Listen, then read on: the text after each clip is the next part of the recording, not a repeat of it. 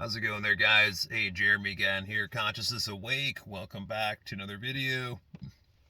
I left a community post um, on the community page about doing my next video um, about energy cords, etheric energy cords. There's a lot of different words. There's a lot of different ways to explain it and different words to use to explain it. But I'm just going to call them etheric energy cords, even though there's different types of cords. You have parasitic cords. Parasitic cords can be coming from just beings in non-physical dimensions that don't incarnate, like they don't incarnate into this physical reality, this physical matter. They don't incarnate into it at all. And some of those can be draining, obviously. And then there's also chords, fear-based chords that connect to you from non-physical beings. There's also the AI component type of chords, and sometimes those are more like probe-like in the way they feel, and the sensation in your energy body is more of like a probe.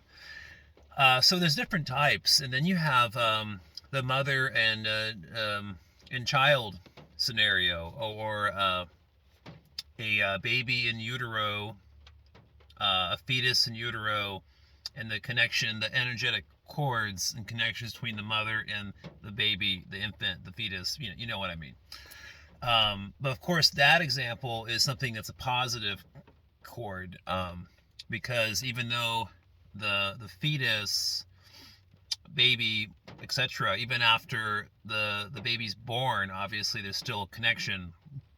That kind of thing is a positive cord, even though the baby is draining life force from the mother, but at the same time,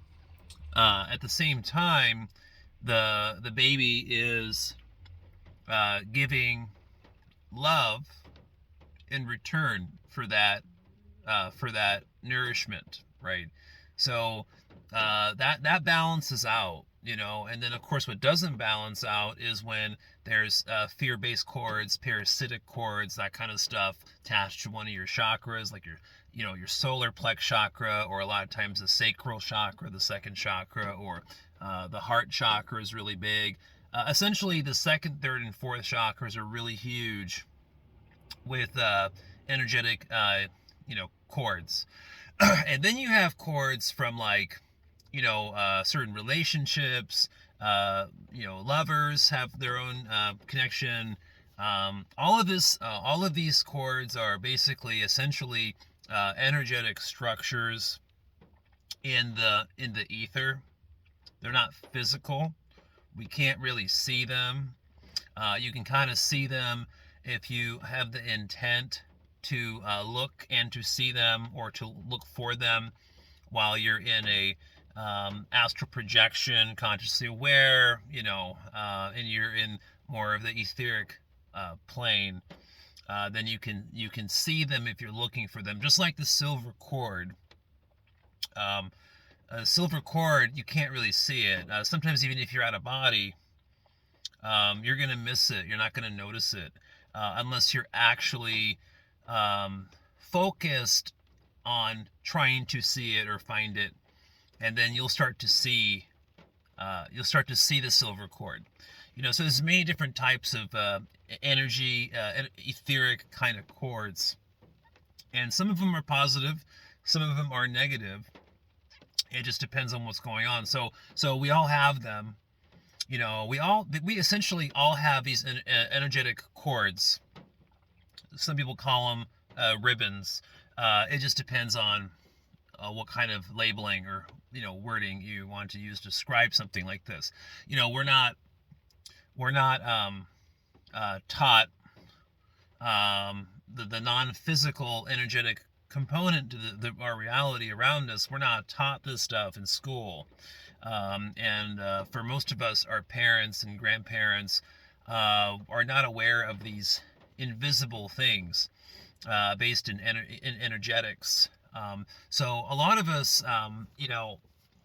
we go through life a lot of like good and a lot of negative cords, especially attached to our heart chakra. And so these cords, for the most part, if you're out of body in the etheric plane and you are focused on seeing these tethers, these energetic cables, if you're focused on seeing them, you can see them. I think it also depends on how aware or how just aware and awake you are, consciously aware you are when you're in these out-of-body states. I think that has a lot to do with it too.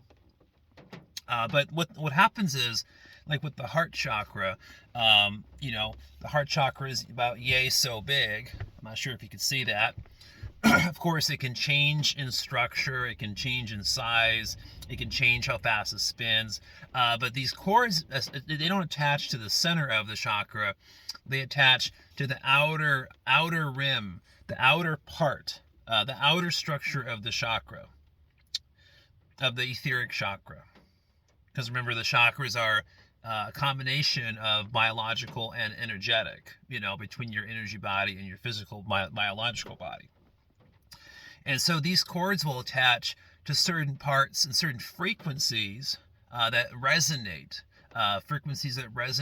with the particular cord. So if it's a parasitic energy cord and it's fear-based cords, right, or whatnot, the cord will only be able to attach to a certain part, a certain little spot of that heart chakra.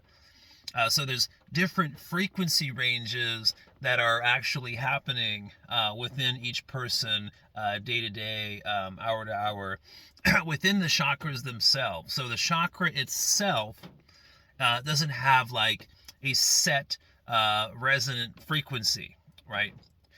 It changes all the time. And so one part of your heart chakra might be doing okay, but there's another part where some kind of fear-based thought or idea is implanted, or something just happens just randomly, and then you're susceptible to, let's say, a parasitic or a bad type of cord that can tether into that frequency resonance of that particular part of the chakra. So if you have any questions about what I'm trying to say, just leave them down in the comments, obviously, and then I'll get to them when I can. Yeah, it's a very huge topic. And then you have just deceased relatives, or just ghosts, and just entities, beings in the etheric plane that are just centered in that particular dimension, who create little more the negative side of things on the cord attachments, to drain life force, vampiristic kind of parasitic beings, etc. So this is a very complex. I think the whole topic of energy cords, etheric cords, are way more complicated than what people may perceive. So that's why it's really hard to go into like a video like this and talk about every little part. So if you guys want like more videos on this type of exact topic, definitely leave a thumbs up or say something in the comments. That way I know that it's something to focus more on, because I haven't really spent that much time doing other videos since I started my channel about energy cords. And then now, so the main question, the question people always have about these kinds of cords is, clearing them, cutting them, disintegrating them, in my community post, I mentioned how, we don't want to get rid of or clear all cords, because some of your cords are positive. And especially like a positive friendship or positive lover relationship with positive exchange in like the sacral chakra. A lot of times people when they fall in love together or whatnot, or one person's more in love with the other person, or all those kinds of scenarios. It's very common to have energy cords, etherical energy cords that attach to the sacral chakra, which is more tied into like sexual desire, certain types of things like that. And so, you mean, why would you want to get rid of one that is positive, right? Unless there was a relationship that's over, and the other person can't let go, and they still are tethered into you, and you can sense it and feel it, and it just turns into like a negative thing, and kind of like a draining thing. It's just benefiting the other person who's draining you, right? So there are many ways to cut and clear negative cords that you have with people around you in this physical world, or with non-physical beings, entities. I'll just go over one real quick, and then again, if you want more information, if you want more videos like this, because it's very complicated, then just leave it in the comments. But one good way to do it is, if you sense a bad cord, what you can do is you can, during a meditation, pretty decently focused, body relaxed, mind's pretty clear, your visualization skills are heightened. The best thing, not the best thing, but one of the ways you can do this is you just sit. Keep your spine, your head vertical up from the ground, and just visualize prying open your crown chakra, which is on top of your head, and just imagine just bringing in golden energy from the sun. Actually, you can use different stars that you like, or just this our star or our sun that's closest to this plane, and you can visualize pulling in the sun's energy as a golden light, and thusly, as doing that, you are also triggering energetic responses, interactions with source, because I do believe the stars and like our sun are connected. They're not the source, but they're interlinked through energy, to source.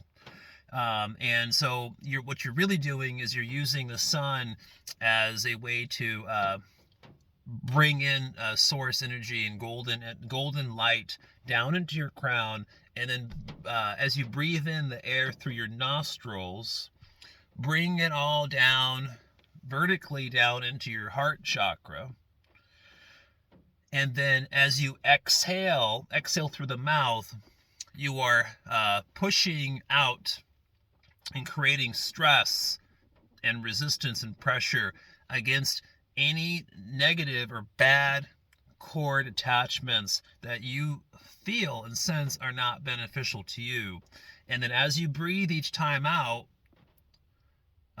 you're using essentially the sun combined with source energy to help release and also alter and raise up the frequencies.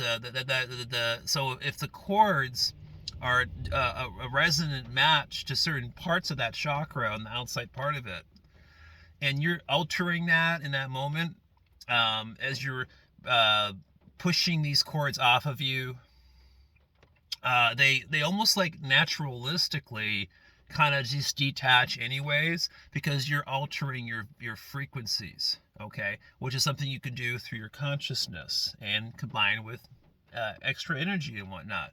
I mean, again, these are just things that people don't usually talk about or learn about, but they're real, and it's just the larger reality, which is really amazing to me. Always it blows my mind. But that's kind of like a little rundown of how to clear it.